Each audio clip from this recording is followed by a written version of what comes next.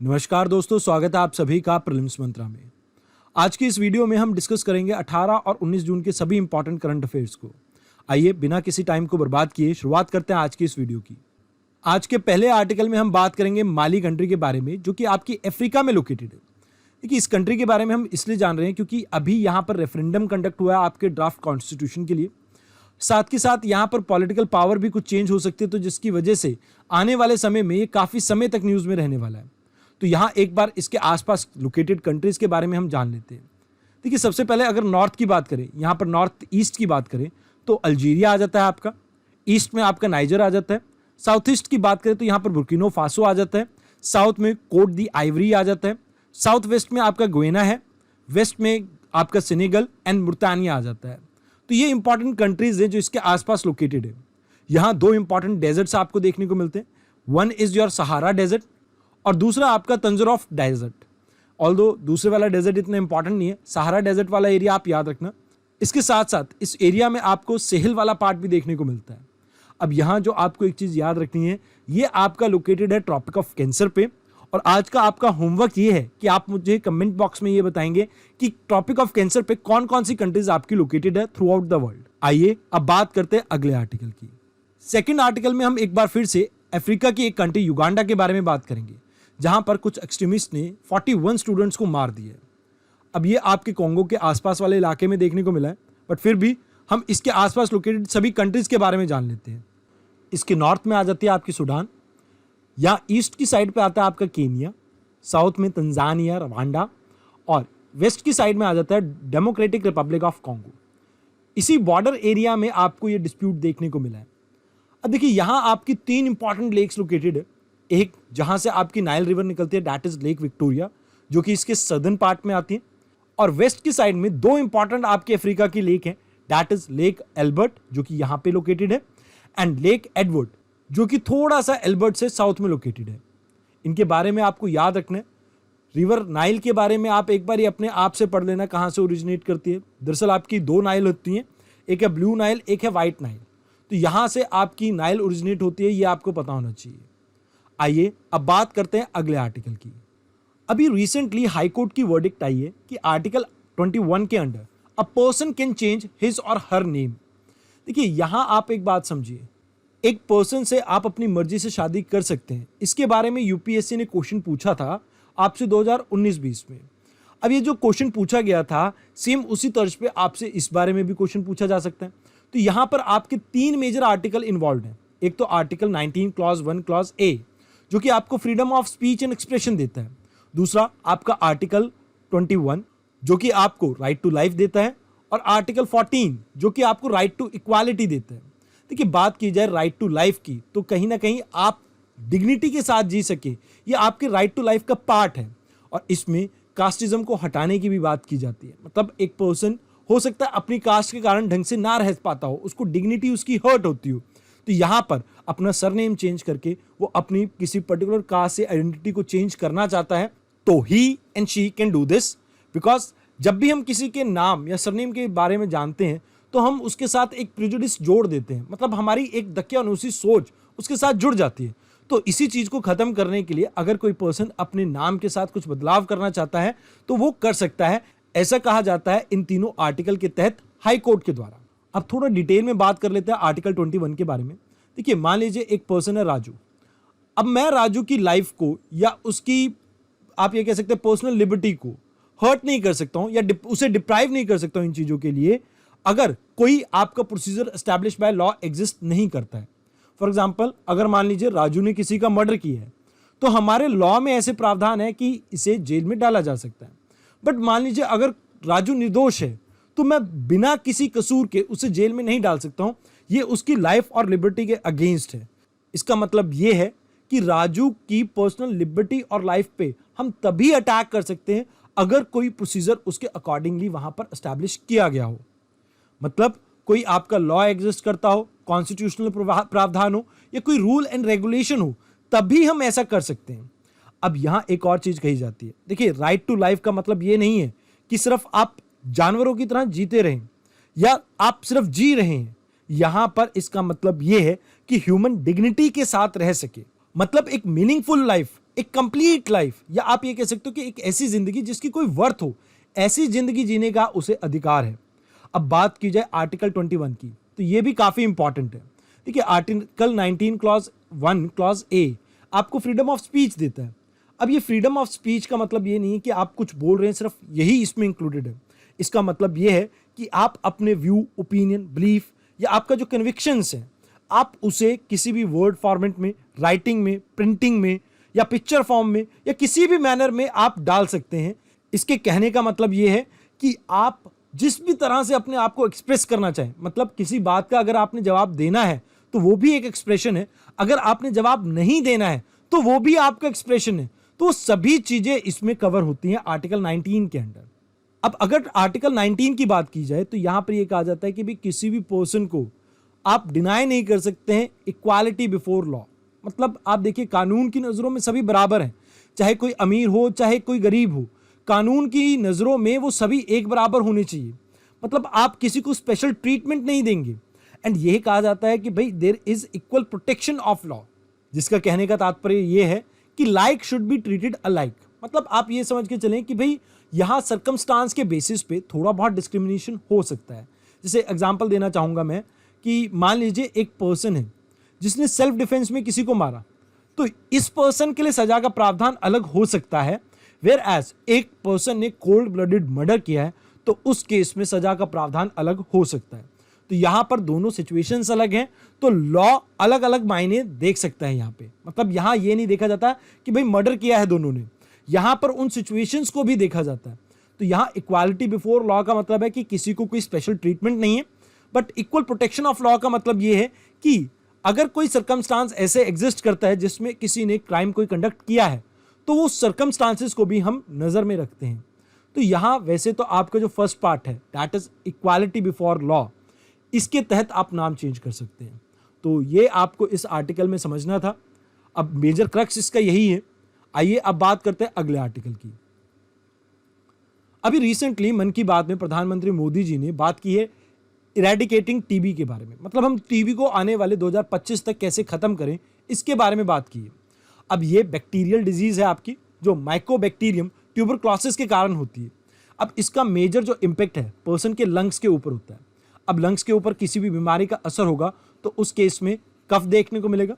कुछ टाइम पे आपको ऐसा भी लगता है कि पर्सन को ब्लीडिंग हो रही हो, चेस्ट पेन हो सकता है, वीकनेस महसूस कर सकता है वो पर्सन, उसे बुखार हो सकता है और रात को स्वेट आना। ये कॉमन अंदेशा है टीबी का। अब हम टीबी के बारे में यहाँ पर क्यों बात कर रहे हैं? देखिए, अगर हम बात करें इंडिया की तो आपको ये याद रखना है कि इंडिया में हाईएस्ट नंबर्स ऑफ केसेस देखने को मिलते हैं आपको टीबी के। इस वजह से हम इसके बारे में बात करें कि 2025 तक हम इरेडिकेट यानी खत्म करना चाहते हैं टीबी को, और ये पर्सन टू पर्सन ट्रेवल कर सकते हैं एयर के थ्रू।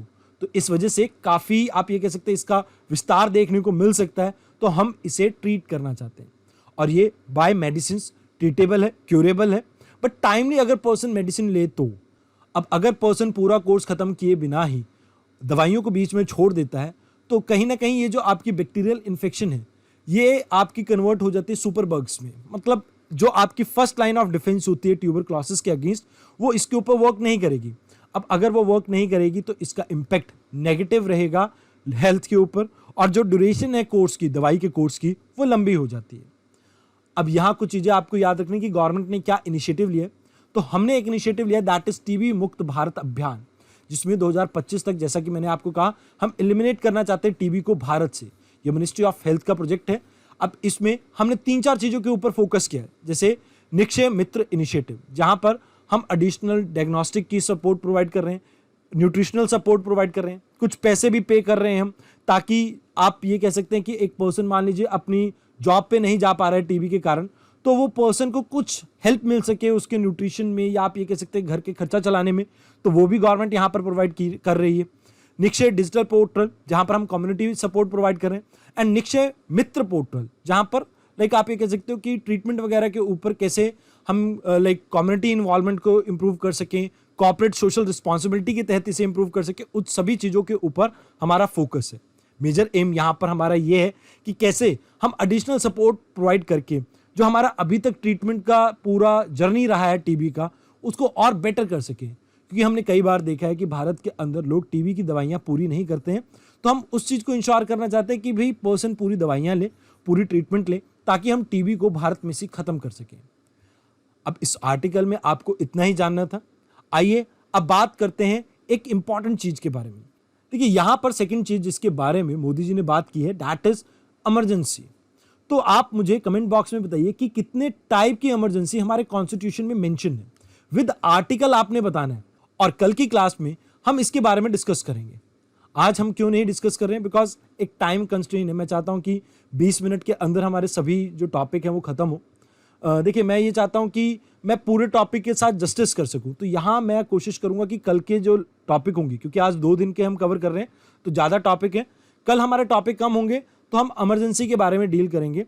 हम बात करेंगे कि इमरजेंसी कैसे लगती है, क्या उसके प्रावधान है, क्या इंपैक्ट पड़ता है पार्लियामेंट के ऊपर, तो उन सभी चीज़ों के बारे में हम बात करेंगे, खासकर नेशनल इमरजेंसी के बारे में। आइए अब बात करते हैं अगले आर्टिकल के बारे में। अभी रिसेंटली एक रिपोर्ट पब्लिश हुई है जिसमें ये केरला को वार्न किया गया है कि भाई आपके यहाँ पर डेंगू के केस बहुत ज़्यादा इंक्रीज हो सकते हैं। कुछ लोग इसे डेंगू भी बोलते हैं, वैसे प्रोनाउंसिएशन के अकॉर्डिंगली ये डेंगू होता है। देखिए आपकी डेंगू जो है ये ट्रॉपिकल एरिया की बीमारी है।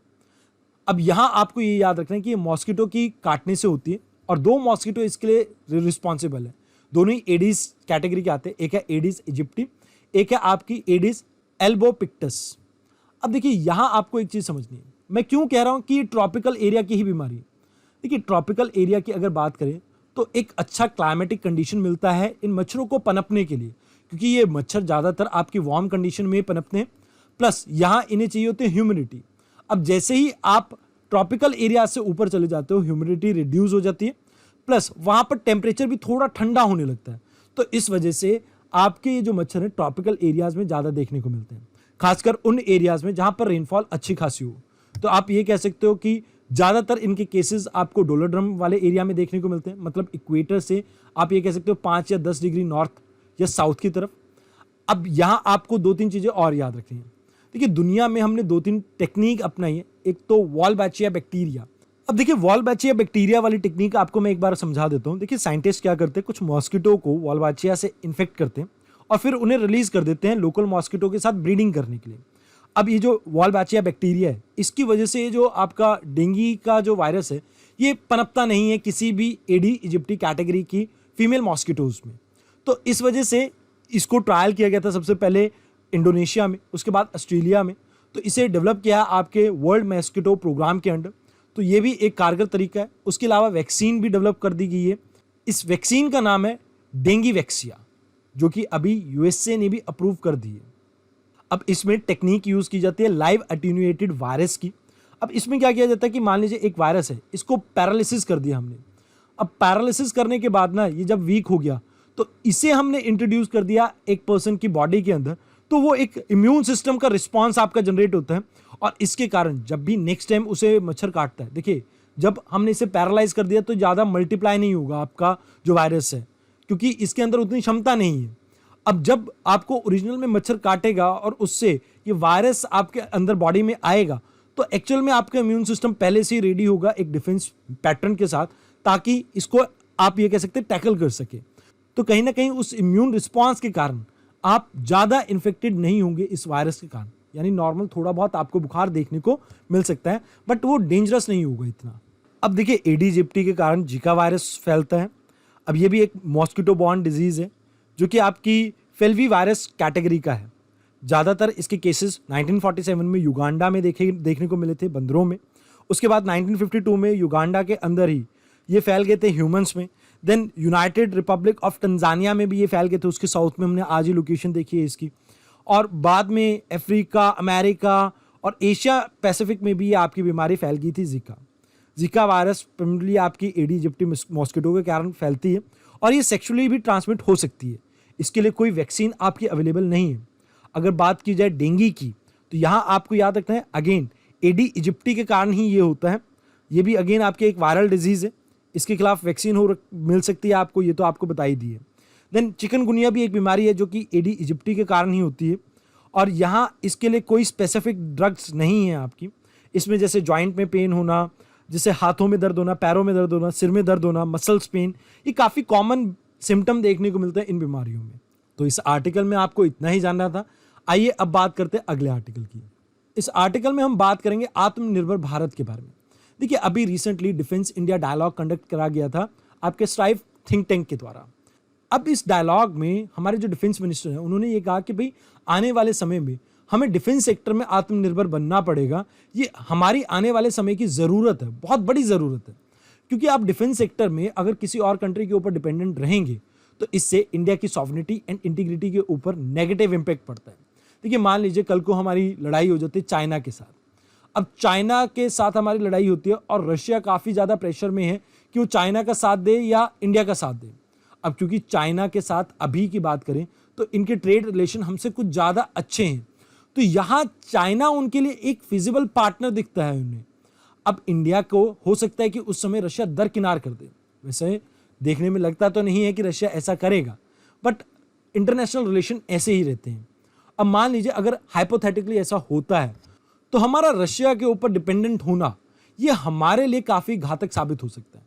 तो हमारे जो प्रधानमंत्री हैं इनका विजन ये था, इन्होंने 2020 में जब कोविड आया था तो उस समय जो सप्लाई चेन में डिसरप्शन देखने को मिला था वर्ल्ड ओवर, तो उस समय उन्होंने ये कहा था कि भारत को आत्मनिर्भर होने की ज़रूरत है और इसमें हमें 4 L's के ऊपर फोकस करना है, जिसमें सबसे पहले हमें लैंड अवेलेबिलिटी को इंश्योर करना है, लेबर अवेलेबिलिटी को इंश्योर करना है, लिक्विडिटी यानी मनी को इंश्योर करना है ताकि हम अलग अलग बिजनेसेस स्टार्ट कर सकें, और लॉ को इंश्योर करना है कि इस तरह से हम मोल्ड कर सकें ताकि आने वाले समय में हम इंडिया के अंदर मैन्युफैक्चरिंग सेक्टर को और ज़्यादा बिल्ड कर सकें।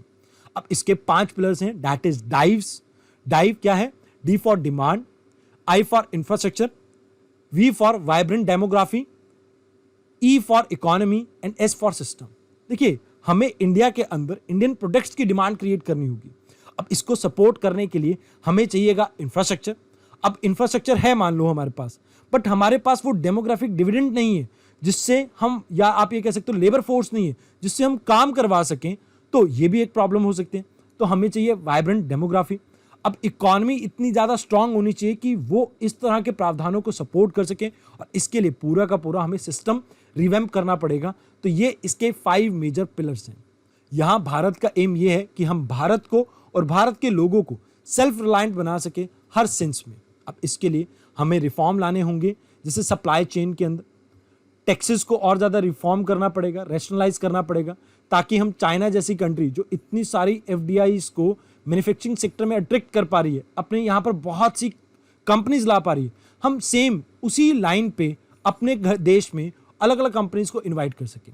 हमें टैक्सेस को क्लियर और सिंपल रखना पड़ेगा ताकि कम से कम डिस्प्यूट जनरेट हो। अगर डिस्प्यूट कम होंगे, एक अच्छा इन्वायरमेंट प्रोवाइड करेंगे हम कंपनीज को, तो ज़्यादा से ज़्यादा कंपनीज भारत के अंदर निवेश करेगी। इसके अलावा इन कंपनीज को काम करने के लिए ह्यूमन रिसोर्सेज चाहिएगा और उसको कैपेबल बनाना ये हमारी जिम्मेवारी रहेगी यहाँ पे। लास्ट में हमें स्ट्रांग फाइनेंशियल सिस्टम भी क्रिएट करना पड़ेगा, क्योंकि देखिए भारत में निवेश आएगा, अब उससे सेविंग भी क्रिएट होगी, बट आगे चलकर इन बिजनेसेस को एक्सपैंड करने के लिए हमें और ज़्यादा पैसा चाहिएगा। तो अगर हमारा जो फाइनेंशियल सिस्टम है बहुत ज़्यादा स्ट्रांग होगा तो ऑटोमेटिकली हम और ज़्यादा यहाँ पर मैन्युफैक्चरिंग को प्रमोट कर सकेंगे और बूस्ट कर पाएंगे अपनी इकॉनमी को। तो आत्मनिर्भर भारत में एक्चुअल में हमारा जो कहना है कि वो ये है कि हम किसी चीज़ को सब्स्टिट्यूट करके इंडियन गुड्स से रिप्लेस नहीं करना चाहते। हम भारत में इतना गुड्स क्रिएट करना चाहते हैं कि भाई इंडिया के अंदर इंडियन गुड्स की कंजम्पशन इंक्रीज हो सके। तो इस टॉपिक में आपको इतना ही जानना था। आइए अब बात करते हैं अगले टॉपिक की। इस टॉपिक में हम जानेंगे सिमलीपाल रिजर्व के बारे में, जो कि आपका उड़ीसा में लोकेटेड है। देखिए, अभी यहाँ पर कुछ पोचर्स यानी आप ये कह सकते हैं शिकारियों ने एक फॉरेस्ट गार्ड को शूट कर दिया, जिसकी वजह से ये न्यूज़ में रहा है। इसका जो नाम है सिमलीपाल, सिमूल से आया है, जिसका नाम होता है सिल्क कॉटन ट्री। मतलब इस पेड़ के पीछे इसका नाम रखा गया है। यहाँ पर बहुत ज़्यादा ये देखने को मिलता है तादाद में। ये एक टाइगर रिजर्व भी है और ये मैप प्रोग्राम के अंडर आपका बायोस्फीयर रिजर्व भी बना हुआ है, जो कि 2009 में बना था। इसके अलावा ये आपका एक एलिफेंट रिजर्व है, जो कि सिमलीपाल, कुलदिया और हथगढ़ इसके बीच में कनेक्टिविटी प्रोवाइड करता है। जो मयूरभंज आपका एरिया है, यहाँ पर एलिफेंट्स के आने जाने के लिए आपकी कनेक्टिविटी प्रोवाइड करता है। इसके अंदर आपको वेजिटेशन में सेमी एवरग्रीन फॉरेस्ट देखने को मिलते हैं, मॉइस्ट डेसिडुअस फॉरेस्ट देखने को मिलते हैं, ड्राई डेसिडुअस फॉरेस्ट देखने को मिलते हैं, और साल ट्री यहाँ पर डोमिनेट करते हैं आपके। यहाँ आपको 2 ट्राइबल कम्युनिटी देखने को मिलती है, एक तो है एरेंगा और दूसरी रहती है आपकी मनकृदियास। तो इस आर्टिकल में आपको इतना ही जानना था। आइए अब बात करते हैं अगले आर्टिकल की। इस आर्टिकल में हम बात करेंगे सैंड माइनिंग के बारे में। देखिए आप सभी को पता है कि सैंड माइनिंग के अपने आप में बहुत सारे चैलेंजेस हैं, जैसे कई बार ये किसी रिवर बेड के या आप ये कह सकते हैं कैचमेंट एरिया के पूरे कैरेक्टरिस्टिक्स को डिस्टर्ब कर देते हैं, जिसकी वजह से आसपास के इलाके में फ्लडिंग की प्रॉब्लम हो जाती है। या कई बार ये पानी की वेलोसिटी और फ्लो के पैटर्न को चेंज कर देता है, इसकी वजह से भी फ्लडिंग की प्रॉब्लम हो सकती है। साथ ही साथ आपकी जो डाउनस्ट्रीम जो एरियाज हैं वहाँ की इकोलॉजी बिल्कुल आपकी चेंज हो सकती है इससे, और अंडरग्राउंड वाटर के ऊपर भी नेगेटिव इम्पैक्ट पड़ता है। देखिए जब एक रिवर फ्लो करती है वो अपने साथ न्यूट्रिएंट लेके आती है। अब मान लीजिए अगर आप रिवर के फ्लो की डायरेक्शन या कुछ भी चेंज करते हैं, यानी वेलोसिटी या कुछ भी, तो इससे नीचे जो आपके जो एनिमल्स या एक्वेटिक एनिमल्स आपके एग्जिस्ट करते हैं उनके ऊपर नेगेटिव इम्पैक्ट पड़ता है। साथ के साथ अब जब मान लीजिए इस एरिया ए में आपका पानी आ रहा था पहले, अब इस एरिया ए की जगह ये पानी फ्लो करने लग गया एरिया सी से, तो इससे प्रॉब्लम ये होती है कि जो आपका अंडरग्राउंड वाटर है वो भी कहीं ना कहीं उसका भी पैटर्न जो स्टोरेज का है वो चेंज हो जाता है। अब बात की जाए स्टेट पोल्यूशन कंट्रोल बोर्ड की, तो अब आपको जब भी सैंड माइनिंग करनी है, एनजीटी ने ये कहा है कि उससे पहले आपको स्टेट पोल्यूशन बोर्ड से परमिशन लेनी होगी, तभी आप रिवर सैंड की माइनिंग कर पाएंगे। अब ये एक स्टैट्यूटरी बॉडी है जो कि आपके water prevention and control of pollution act 1974 के अंडर बनी थी, और इसको पावर भी दी गई है अंडर आपके air prevention and control of pollution act 1981 के अंडर भी। साथ के साथ इन्वायरमेंटल पोल्यूशन एक्ट 1986 के अंडर भी इसके पास पावर है, और इसको काम ये दिया गया कि ये पोल्यूशन कंट्रोल करने के लिए अलग अलग एरियाज में जाके, जैसे आप ये कह सकते हैं छापे मार सकते हैं। ये जैसे मान लीजिए कोई इंडस्ट्री है, इन्हें पता लग रहा है कि वो पोल्यूट कर रही है वाटर को या एयर को, तो वो जाके उनके इक्विपमेंट्स को टेस्ट कर सकती है, और अगर कोई industry after giving them the warning वो उस चीज़ से अडर नहीं करती है, रूल एंड रेगुलेशन को फॉलो नहीं करती है, तो कहीं ना कहीं उन इंडस्ट्रीज को बंद भी किया जा सकता है आपके स्टेट पोल्यूशन कंट्रोल बोर्ड के द्वारा और सेंट्रल पोल्यूशन कंट्रोल बोर्ड के द्वारा। तो इस आर्टिकल के बारे में आपको इतना ही जानना था। इस आर्टिकल में हम बात करेंगे माइक्रो प्लास्टिक के बारे में। देखिए कोई भी प्लास्टिक का कण जिसका डायमीटर 5 mm से कम हो तो इसे कहा जाता है माइक्रो प्लास्टिक। रिसेंटली ये कहा गया है कि भाई जो हम हवा इनहेल कर रहे हैं इसमें अप्रॉक्सीमेटली 16.2 बिट्स माइक्रो प्लास्टिक हम हर घंटे अपने सांस के साथ अंदर लेके जा रहे हैं। अब देखिए ये जो माइक्रो प्लास्टिक है दो तरह से जनरेट होता है। एक तो होता है प्राइमरी सोर्स, जैसे आप फेस वॉश लगाते हैं तो वो उसमें यूज़ किया जाता है माइक्रो बिट्स। ये आपके एक तरह के एक फिलर्स हैं जो कि माइक्रो प्लास्टिक से ही बने होते हैं। तो ये भी कहीं ना कहीं आपके एंड करते हैं जो सीवरेज है, सीवरेज से सीज और ओशन में, तो ये भी आपके माइक्रो प्लास्टिक की कैटेगरी में आते हैं। दूसरे होते हैं सेकेंडरी पोल्यूटेंट, या आप ये कह सकते हो सेकेंडरी माइक्रो प्लास्टिक। ये मान लीजिए एक बड़ी प्लास्टिक की चादर है, धीरे धीरे ये चादर टूटती जा रही है और इसके छोटे छोटे कण बनते जा रहे हैं, तो ये भी आगे चलकर आपके माइक्रो प्लास्टिक में ही कन्वर्ट होगा। अब ये ह्यूमन बॉडी के अंदर नेसल कैविटी और फेनिक्स के अंदर जाके स्टोर हो रहे हैं, तो यानी आप ये कह सकते हैं गले के पीछे वाले एरिया में आपके स्टोर हो रहे हैं। तो ह्यूमन के लिए ये आने वाले समय में बहुत डेंजरस है। अब मैं ऐसा क्यों कह रहा हूँ, देखिए जब ये ह्यूमन बॉडी के अंदर जाएंगे तो इससे ह्यूमन बॉडी के अंदर बायो अक्यूमुलेशन होगा। अब बायो अक्यूमुलेशन के कारण आप ये देख सकते हैं कि ह्यूमन के अंदर आने वाले समय में इसके कारण कैंसर जैसी प्रॉब्लम्स देखने को मिलेंगी, क्योंकि जो भी केमिकल आपका फैट सॉल्युबल होता है जैसे कि ये माइक्रो प्लास्टिक, वो लंबे समय तक ह्यूमन बॉडी में रह सकते हैं। अक्यूमुलेट होने के बाद ये बॉडी के अंदर जो सेल की ग्रोथ है उसे अबनॉर्मल कर देते हैं, जिसके कारण कैंसर जैसी बीमारियां हो जाती हैं। तो आज की इस वीडियो में इतना ही। अगर आपको हमारे हैंड रिटन नोट्स डाउनलोड करने हैं तो आप ज्वाइन कर सकते हैं हमारे चैनल को, दैट इज यूपीएससी मंच। आप इस QR कोड को स्कैन कीजिए और ज्वाइन कीजिए हमारे चैनल को। धन्यवाद।